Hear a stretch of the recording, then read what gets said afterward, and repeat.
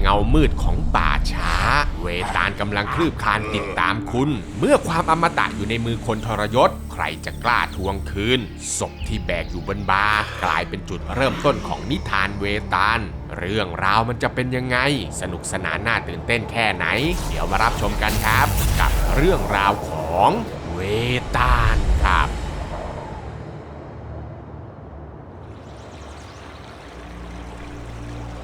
ณริมฝั่งแม่น้ำโคทาวารีในประเทศอินเดีย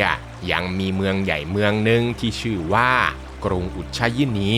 ปกครองโดยพระเจ้าวิกรมาทิตกษัตริย์ผู้ยิ่งใหญ่ที่ดูแลบ้านเมืองได้เป็นอย่างดีเสมอมากระทั่งพระเจ้าวิกรมาทิตเกิดอยากจะท่องเที่ยวไปเรียนรู้วัฒนธรรมต่างบ้านต่างเมืองดูบ้างเขาจึงตัดสินใจยกราชบัลลังก์ให้แก่พระภัตตฤราชน้องชายของตนเองแล้วก็ปลอมตัวเป็นโยคีออกเดินทางไปพร้อมกับเจ้าชายธรรมทวัฒน์ผู้เป็นลูกชายของเขาซึ่งหลังจากที่พระภัตตฤราชได้รับหน้าที่ปกครองบ้านเมืองแทนพี่ชายแล้วเขาก็ทำงานไปวันๆนะครับไม่มีความกระตือรือร้นอะไรเลยเนื่องจากว่าเขาเนี่ยเพิ่งจะสูญเสียพระชายาไปเมื่อไม่นานมานี้เหล่าเสนาอำมาตย์จึงต้องเร่งเสาะหานางในที่เหมาะสมเพื่อมาเป็นพระชายาคนใหม่ให้กับกษัตริย์จะได้ช่วยให้เขากลับมามีชีวิตรักที่ชื่นมื่นอีกครั้งและไม่นานครับพวกอำมาตย์ก็หาพระชายาองค์ใหม่ที่งดงามราวกับพระจันทร์มาถวายให้แก่พระภัตตฤราชได้สำเร็จด้วยความงดงามที่หาที่เปรียบไม่ได้พระภัตตฤราชจึงรักและก็หวงชายาคนนี้เป็นอย่างมากแต่ทว่าแล้วนะครับทุกคนเบื้องลึกของชายาคนใหม่เนี่ยกลับไม่ได้จริงใจต่อราชาเลยเธอได้แอบคบชู้อยู่กับอำมาตย์มหิบาลซึ่งเรื่องนี้เนี่ยจะรู้กันในหมู่นางรับใช้คนสนิทเท่านั้นและก็เป็นแบบนี้อยู่นานเลยนะครับกระทั่งได้มีพราหมณ์เฒ่าและภรรยาผู้ยากจนคู่หนึ่งซึ่งอยู่กินมานานจนแก่เฒ่าถึงขนาดกับไม่เหลือฟันให้เคี้ยวข้าวแล้วซึ่งพราหมณ์เฒ่าผู้เป็นสามีนั้นนะครับได้บำเพ็ญตบะโดยการอดข้าวและทรมานตนด้วยการแช่น้ำในหน้าหนาวนั่งผิงไฟในหน้าร้อนจนเริ่มมีวิชาแก่กล้าเป็นที่เกรงขามของเทวดาทั่วไปเทวทูตจึงลงมาหาพราหมณ์เฒ่าเพื่อมอบผลไม้อมฤตผลหนึ่งให้เป็นรางวัลแห่งความพยายามของเขาพราหมณ์เฒ่าก็รับเอาผลไม้อมฤตนั้นมาด้วยความดีใจแต่ทว่าหลังจากที่เทวทูตกลับไปแล้วและพราหมณ์เฒ่าที่กำลังจะเอาผลไม้วิเศษเข้าปากจู่ๆฝ่ายภรรยาของเขาเนี่ยก็คิดว่าแบบนี้มันไม่ยุติธรรมเลยที่เธอจะต้องตายอยู่คนเดียวเธอจึงเอ่ยปากห้ามสามีโดยบอกว่าพวกเขานั้นยากจนและแก่มากๆแล้วหากมีชีวิตอมตะต่อไปก็คงจะทุกข์ทรมานเสียมากกว่าควรจะเอาผลไม้อมฤตนี้ไปมอบให้กับพระภัตตฤราชที่ยังหนุ่มแน่นและเมื่อพระราชาได้ผลไม้วิเศษนี้ไปเขาก็คงจะมอบเงินทองตอบแทนกลับมาอย่างแน่นอนและก็จะทำให้พวกเราพ้นจากความยากจนในช่วงบั้นปลายชีวิตได้แน่ๆพอพราหมณ์เฒ่าได้ยินดังนั้นก็ฉุดคิดขึ้นมาได้เขาตัดสินใจเอาผลไม้อมฤตเดินทางเข้าเมืองหลวงไปถวายให้แก่พระราชาตามคำของเมียซึ่งพระภัตตฤราชนั้นนะครับก็รับเอาไว้ด้วยความยินดี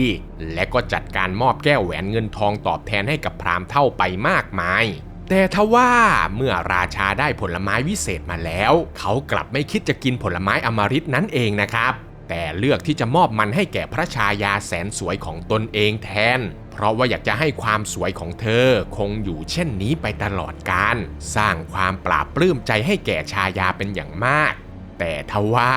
ชายาเนี่ยก็ยังไม่ใช่คนที่จะได้กินผลไม้อมฤตครับทุกคนเพราะหลังจากที่พระภัตตฤราชออกจากตำหนักของเธอไปแล้วพระชายาก็รีบเรียกอำมาตย์มหิบาลชูรักของตนเองเข้ามาหาแล้วก็จัดการมอบผลไม้วิเศษให้แก่เขาอำมาตย์มหิบาลเนี่ยก็รับเอาไว้ด้วยความดีใจแต่หลังจากที่อำมาตย์มหิบาลนำผลไม้อมฤตออกจากตำหนักของพระชายาแล้วระหว่างทางนั้นเองล่ะครับอำมาตย์มหิบาลกลับไปถูกตาต้องใจและก็มอบผลไม้อมฤตให้แก่นางสนมรูปงามนางหนึ่งแทนเมื่อนางสนมรูปงามได้รับผลไม้อมฤตนั้นมาแล้วนางก็ยังไม่คิดที่จะกินผลไม้วิเศษนี้เช่นกันนะครับเพราะว่านางสนมคนนี้ใฝ่ฝันจะขึ้นเป็นใหญ่ในเมืองแห่งนี้เธอจึงนำเอาผลไม้อมฤตไปถวายให้แก่พระภัตตฤราชเพื่อที่จะเอาใจสร้างความฉงนใจให้กับพระภัตตฤราชเป็นอย่างมาก แ แต่ราชาเนี่ยก็ยังเก็บอาการเอาไว้แล้วรับเอาผลไม้วิเศษนั้นกลับมาพร้อมกับมอบรางวัลให้แก่นางสนมผู้นั้นไปจากนั้นล่ะครับพระภัตตฤราชก็เกิดความโศกเศร้าพร่ำเพ้อถึงแต่ความรักที่เป็นมายาอันหอมหวานน่าหลงไหลแต่เพียงชั่วพริบตามันกลับเปลี่ยนเป็นความขมขื่นได้พระภัตตฤราชเนี่ยเริ่มปลงและคิดว่าจะไปออกบวชเป็นฤาษีซะแต่ก่อนที่จะไปนะครับเขาได้ลองไปถามความจริงจากชายาดูอีกครั้งว่าเธอเนี่ยได้กินผลไม้อมฤตที่เขาให้ไปหรือยังซึ่งพระชายาเนี่ยก็โกหกทันทีว่าตนได้กินผลไม้นั้นเข้าไปแล้วทำให้พระภัตตฤราชเนี่ยรู้สึกเสียใจมากเขาจัดการลงโทษพระชายาอย่างสาสมแล้วตัดสินใจกินผลไม้อมฤตนั้นเข้าไปเองทันทีก่อนจะสละราชบัลลังก์แล้วหนีไปบวชเป็นฤาษีอยู่บนเขาหิมาลัยต่อไปทำให้เมืองอุชยินีเนี่ยขาดผู้ปกครองและเดือดร้อนกันทั่วทั้งแผ่นดินเพราะว่ามีศัตรูมากมายเลยนะครับที่จ้องจะเข้ามารุกรานอยู่ตลอดเมื่อพระอินทร์ได้รับรู้ถึงความทุกข์ยากของผู้คนท่านจึงส่งให้อสูรปัทภีบาลลงมาเฝ้าดูแลเมืองอุชยินีให้ยังคงปลอดภัยอยู่เสมอจนกว่าที่พระวิกรมาทิตจะกลับมาซึ่งหลังจากที่พระวิกรมาทิตและเจ้าชายธรรมทวัตออกเดินทางท่องเที่ยวไปต่างประเทศได้ประมาณ1 ปีพวกเขาก็เริ่มเบื่อหน่ายกับชีวิตที่ต้องลำบากลำบนและเมื่อได้ทราบข่าวว่าพระภัตตฤราชได้หนีไปเป็นฤาษีแล้วก็ยิ่งทำให้พระวิกรมาทิตเนี่ยรู้สึกวิตกกังวลและไม่อยากที่จะเที่ยวต่อไปที่ไหนอีกแล้วเขาจึงตัดสินใจพาเจ้าชายธรรมทวัตเดินทางกลับไปครองเมืองอุชยินีต่อไปแต่ทว่าพวกเขาทั้งสองเนี่ยไม่สามารถที่จะกลับเข้าไปในเมืองได้ครับเพราะอสูรปัตตภีบาลได้มาขวางเอาไว้แม้พระวิกรมาทิตเนี่ยจะยืนยันตัวตนแล้วว่าเขาคือราชาของเมืองอุชยินีแต่อสูรปัตตภีบาลก็ยังไม่เชื่อและก็ขอพิสูจน์ด้วยการท้าประลองฝีมือซึ่งพระเจ้าวิกรมาทิตเนี่ยก็รับคำท้านะครับทะยานตัวเข้าไปต่อสู้กับอสูรอย่างดุเดือดการต่อสู้เนี่ยดำเนินไปจนกระทั่งอสูรพลาดท่าสะดุดล้มนอนหงายอยู่กับพื้นจังหวะนี้เองแหละครับเจ้าชายธรรมทวัตจึงเข้ามาช่วยโดยการไปนั่งทับที่หน้าอกของอสูรแล้วให้พระเจ้าวิกรมาทิตเนี่ยเข้ามาเหยียบที่คอเตรียมที่จะสังหารเจ้าอสูรปัตตภีบาลจึงรีบยอมแพ้และขอเป็นค่ารับใช้ทันทีเพื่อขอชีวิตเอาไว้แต่พระวิกรมาทิตนั้นไม่เชื่อนะครับว่าอสูรเนี่ยจะหวังดีจริงๆเขาจึงยืนยันที่จะฆ่าอสูรให้ตายแต่อสูรเนี่ยก็ขอโอกาสที่จะแสดงความซื่อสัตย์โดยการบอกความจริงกับพระวิกรมาทิตว่าพระวิกรมาทิตอาจจะสิ้นชื่อในเร็วๆนี้หากไม่ไว้ชีวิตเขาและอสูรปัตตภีบาลเนี่ยนะครับก็ขอเล่าเรื่องหนึ่งให้กับพระวิกรมาทิตฟังซึ่งมันเป็นเรื่องที่จะทำให้พระวิกรมาทิตเนี่ยมีชีวิตอยู่ต่อไปได้พอพระวิกรมาทิตกับเจ้าชายธรรมทวัตได้ยินดังนั้นก็ลังเลลองเปิดใจให้อสูรได้เล่าในสิ่งที่อยากจะเล่าให้ฟังอสูรปัตตภีบาลจึงได้เล่าย้อนไปในอดีตเมื่อครั้งที่พระราชาหรือพระบิดาของพระวิกรมาทิตยังคงปกครองเมืองอยู่ว่าพระราชาผู้นี้เป็นชายที่เกิดมาในฤกษ์วันเดือนปีเดียวกันกับบุตรชายของคนค้าน้ำมันและโยคีคนหนึ่งซึ่งครั้งหนึ่งพระราชาได้เข้าป่าไปล่าสัตว์แล้วสังเกตเห็นโยคีกำลังบำเพ็ญตบะอย่างสงบนิ่งอยู่กลางป่ารอบๆตัวของโยคีเนี่ยเต็มไปด้วยเถาวัลย์มีสัตว์น้อยใหญ่มาทำรังและไต่ไปไต่มาบนตัวของเขาเมื่อพระราชาได้เห็นดังนั้นจึงอยากจะทดสอบตบะของโยคีผู้นี้ดูโดยหลังจากที่เขากลับเข้าเมืองไปแล้วพระราชาก็ประกาศตามหาใครก็ตามที่ทำให้โยคีที่บำเพ็ญตบะอยู่กลางป่าเข้ามาในเมืองอุชยินีได้ผู้นั้นก็จะได้รับรางวัลเป็นเหรียญทอง100 เหรียญไปทันที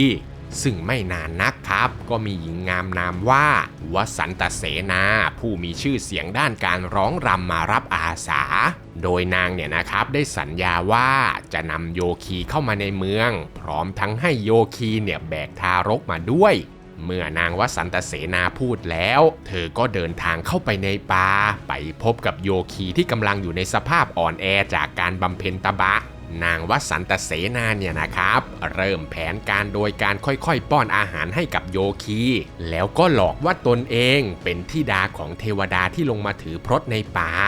ซึ่งโยคีเนี่ยก็หลงเชื่อนางนะครับ ทั้งยังหลงไหลในรูปโฉมของนางมากๆและไม่นานนักนางวสันตเสนาก็ชักชวนให้โยคีละทิ้งการบำเพ็ญตบะแบบเก่าแล้วหันมาถือพรตแบบใหม่ที่เน้นความสุขสบายเน้นการกินดื่มและรื่นเริงแทนและโยคีที่เชื่อใจสาวงามก็ตัดสินใจทิ้งตบะทั้งหมดที่เคยทำมาแล้วหันมาใช้ชีวิตอยู่กับนางวสันตเสนาอย่างมีความสุขจนกระทั่งทั้งสองเนี่ยนะครับมีลูกด้วยกัน1 คนนางวสันตเสนาก็เริ่มแผนการที่จะหลอกล่อให้โยคีเข้าเมืองโดยอ้างว่าจะชวนโยคีเข้าเมืองไปล้างบาปที่ท่าน้ำศักดิ์สิทธิ์โยคีที่หลงนางวสันตเสนาจนหมดใจก็รีบอุ้มลูกเดินติดตามเมียเข้าเมืองไปมุ่งตรงเข้าสู่วังหลวงทันทีที่พระราชาและข้าราชบริพารได้เห็นผลงานของวสันตเสนาก็พากันหัวเราะเยาะโยคีที่ถูกหลอกจนเสียตบะโยคีเนี่ยนะครับก็ได้แต่ยืนงงอุ้มลูกและดูนางวสันตเสนารับรางวัลเดินทางกลับไปบ้านอย่างมีความสุขโยคีเนี่ยนะครับรู้สึกโกรธแค้นอย่างมากแต่เวลานี้เขาไม่อาจที่จะล้างแค้นใครได้เพราะอิทธิฤทธิ์ที่บำเพ็ญตนมาได้เสื่อมไปหมดแล้วโยคีจึงแบกลูกเดินกลับเข้าป่าละทิ้งทุกสิ่งทุกอย่างแล้วตั้งใจกลับมาบำเพ็ญตบะใหม่อีกครั้งและครั้งนี้เนี่ยเขาตั้งใจอย่างมุ่งมั่นว่าจะแก้แค้นราชวงศ์อุชยินีให้ได้นับแต่นั้นมาล่ะครับโยคีก็กลายเป็นคนโหดร้ายฆ่าผู้คนเพื่อเป็นเครื่องบูชาพระแม่ธุรคาและโยคีเนี่ยนะครับก็ได้จัดการฆ่าบุตรคนค้าน้ำมันคนหนึ่งที่เกิดในวันเดียวกันกับเขาเพื่อไม่ให้เหลือใครมาขวางทางเขาในวันที่เขาจะสังหารพระวิกรมาทิตและขึ้นเป็นใหญ่ในโลกนี้หลังจากที่อสูรปัตตภีบาลได้เล่าเรื่องทั้งหมดแล้วเขาก็เตือนพระวิกรมาทิตถึงภัยที่จะเกิดขึ้นจากเหตุการณ์ในอดีตเพราะฉะนั้นราชาจะต้องตัดคอคนที่คิดจะสังหารพระองค์ก่อนจึงจะได้อยู่ครองแผ่นดินโดยธรรมต่อไปเมื่ออสูรได้เตือนเรื่องทั้งหมดแล้วนะครับมันก็อันตรธานหายกลับสู่ถิ่นฐานของตัวเองไปฝ่ายพระวิกรมาทิตและเจ้าชายธรรมทวัฒน์ที่ได้ฟังคำเตือนจากอสูรแล้วก็เชื่อครึ่งไม่เชื่อครึ่งรีบเดินทางกลับเข้าเมืองเพื่อขึ้นปกครองเมืองอุชยินีอย่างมีความสุขสืบต่อไปจนกระทั่งวันเวลาผ่านไปพักใหญ่ขณะที่พระเจ้าวิกรมาทิตกำลังออกว่าราชการอยู่ในท้องพระโรงอยู่นั่นเองล่ะครับโยคีที่ชื่อว่าสานติศิลป์ก็ได้เดินทางมาเข้าเฝ้าพร้อมกับนำผลไม้ผลหนึ่งมามอบให้แก่ราชาซึ่งพระเจ้าวิกรมาทิตเนี่ยก็ไม่ปฏิเสธที่จะรับเอาไว้แต่ทว่าในใจของเขาเนี่ยกลับคิดอยู่เสมอครับว่าโยคีสานติศิลป์เนี่ยอาจจะเป็นผู้ปองร้ายตามคำเตือนของอสูรปัตตภีบาลแน่ๆทำให้พระวิกรมาทิตเนี่ยไม่คิดที่จะกินผลไม้ที่ได้มาก็เลยส่งต่อให้ขุนคลังนำไปเก็บไว้ในท้องพระคลังแทนซึ่งโยคีสานติศิลป์นั้นนะครับเดินทางมาเข้าเฝ้ายังท้องพระโรงและก็มอบผลไม้1 ผลให้แก่พระวิกรมาทิตทุกๆวันและเป็นเช่นนี้ยาวนานถึง10 ปีเลยนะครับแต่ผลไม้ของโยคีสานติศิลป์เนี่ยไม่เคยถูกแกะกินเลยสักผลเดียวมันถูกโยนเข้าไปไว้ในท้องพระคลังอยู่เรื่อยมาจนกระทั่งวันหนึ่งครับหลังจากที่โยคีสานติศิลป์ได้นำผลไม้มาถวายให้กับราชาเหมือนเช่นเคยและก็เดินทางกลับออกไปแล้วลิงที่พระเจ้าวิกรมาทิตได้เลี้ยงเอาไว้ก็เกิดซุกซนวิ่งเข้ามาป่วนในท้องพระโรงพระเจ้าวิกรมาทิตจึงทำให้เจ้าลิงสงบลงด้วยการยื่นผลไม้ในมือให้แก่เจ้าลิงไปและเจ้าลิงจอมซนเนี่ยก็ไม่รอช้าครับแกะผลไม้นั้นออกทันทีและก็ทำเอาทุกคนต้องตกตะลึงเมื่อพบว่าภายในของผลไม้นั้นไม่มีเนื้อผลไม้เลยแต่มีเพชรพลอยอัญมณีประกายแวววับร่วงหล่นออกมาแทนพระเจ้าวิกรมาทิตรู้สึกตกใจมากๆเขาสั่งให้ขุนคลังรีบไปตรวจดูในท้องพระคลังทันทีว่าผลไม้ที่โยนเข้าไปทุกวันตอนนี้มันเป็นยังไงบ้างปรากฏว่าตอนนี้นะครับในท้องพระคลังเนี่ยไม่มีผลไม้เลยแต่กลับเต็มไปด้วยเพชรพลอยอัญมณีกองสูงใหญ่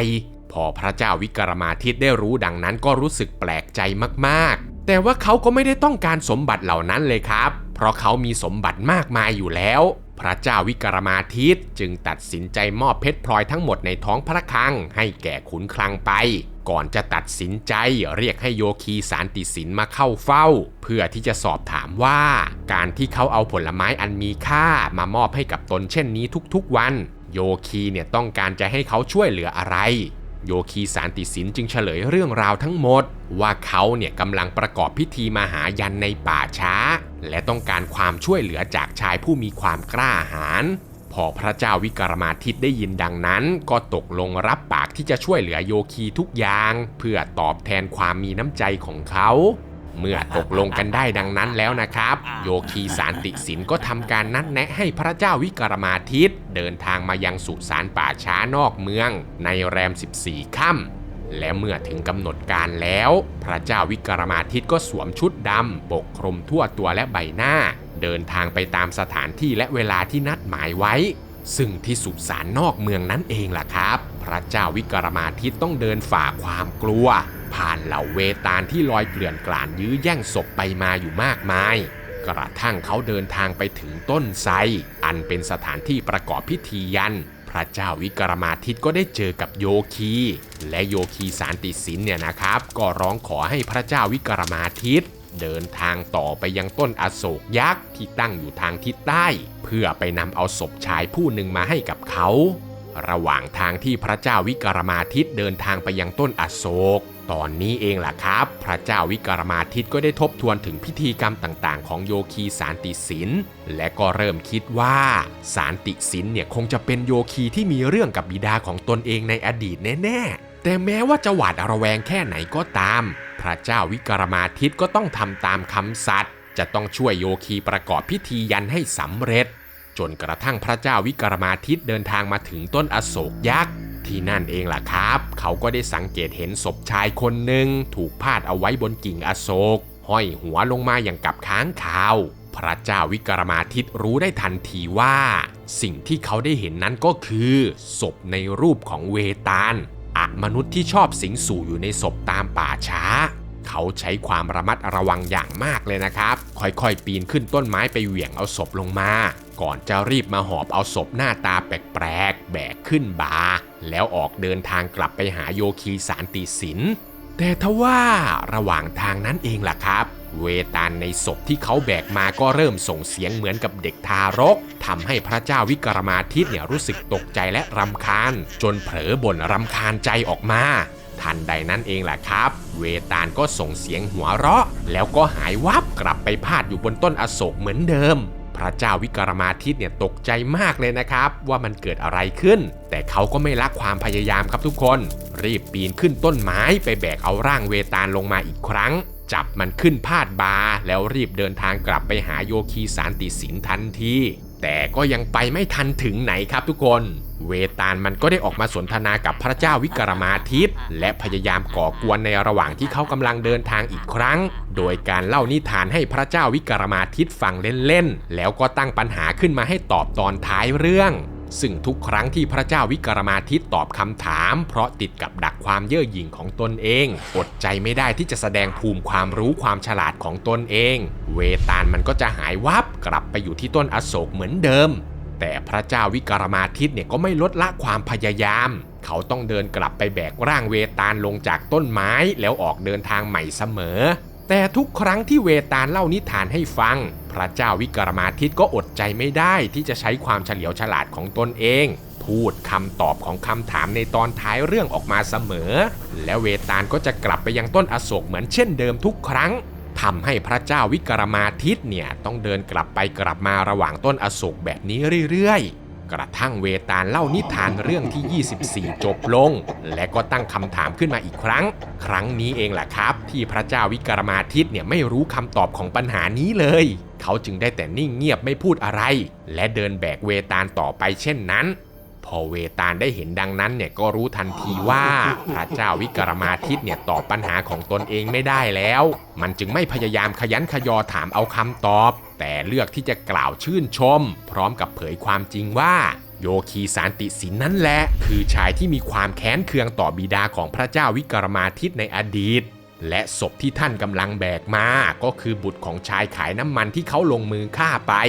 และในค่ำคืนนี้โยคีก็จะพยายามสังหารพระเจ้าวิกรมาทิตเพื่อใช้เป็นเครื่องสังเวยมนุษย์โดยโยคีสานติสินเนี่ยจะหลอกให้พระเจ้าวิกรมาทิตสักการะในพิธีกรรมโดยการกราบแบบอัสดางคประดิษฐ์เป็นการกราบโดยกำหนดให้อวัยวะทั้ง8คือหน้าผากฝ่ามือทั้งสองข้าง หน้าอกเข่าทั้งสองและก็ปลายเท้าทั้งสองแนบติดพื้นดินและเมื่อไหร่ที่พระวิกรมาทิตก้มหน้าลงพื้นแล้วเมื่อนั้นละโยคีก็จะจัดการสังหารพระเจ้าวิกรมาทิตทันที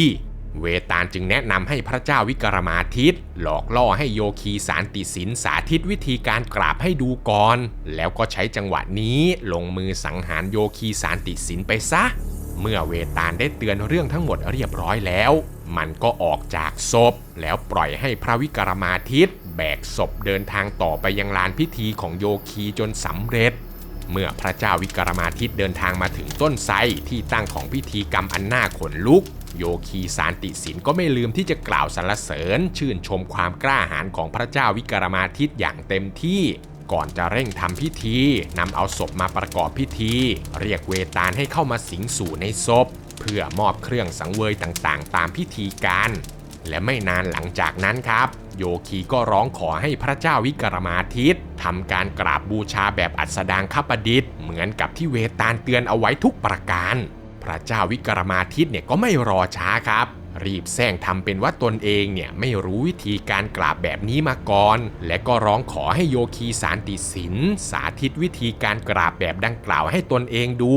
โยคีที่ไม่ทันได้ระวังตัวก็ทำการสาธิตวิธีการกราบให้ดูอย่างละเอียดและในจังหวะที่โยคีก้มหน้าลงพื้นนั่นเองล่ะครับพระเจ้าวิกรมาทิตก็จัดการชักดาบออกมาฟันคอโยคีจนสิ้นใจตอนนั้นเองล่ะครับผมเวตาลก็ได้ออกมาส่งเสียงโห่ร้องสรรเสริญก่อนจะเข้ามามอบพรให้แก่พระเจ้าวิกรมาทิต1 ข้อพระเจ้าวิกรมาทิตที่มีทุกสิ่งทุกอย่างสมบูรณ์พร้อมอยู่แล้วเขาก็ไม่รู้จะขออะไรนะครับก็เลยขอให้นิทานทั้งหมด24 เรื่องและเรื่องราวระหว่างตนกับเวตาลในวันนี้ให้กลายเป็นนิทานศักดิ์สิทธิ์ที่จะแพร่กระจายไปทั่วทั้งโลกและก็ถูกเล่าขานสืบต่อกันไปตราบนานเท่านานครับ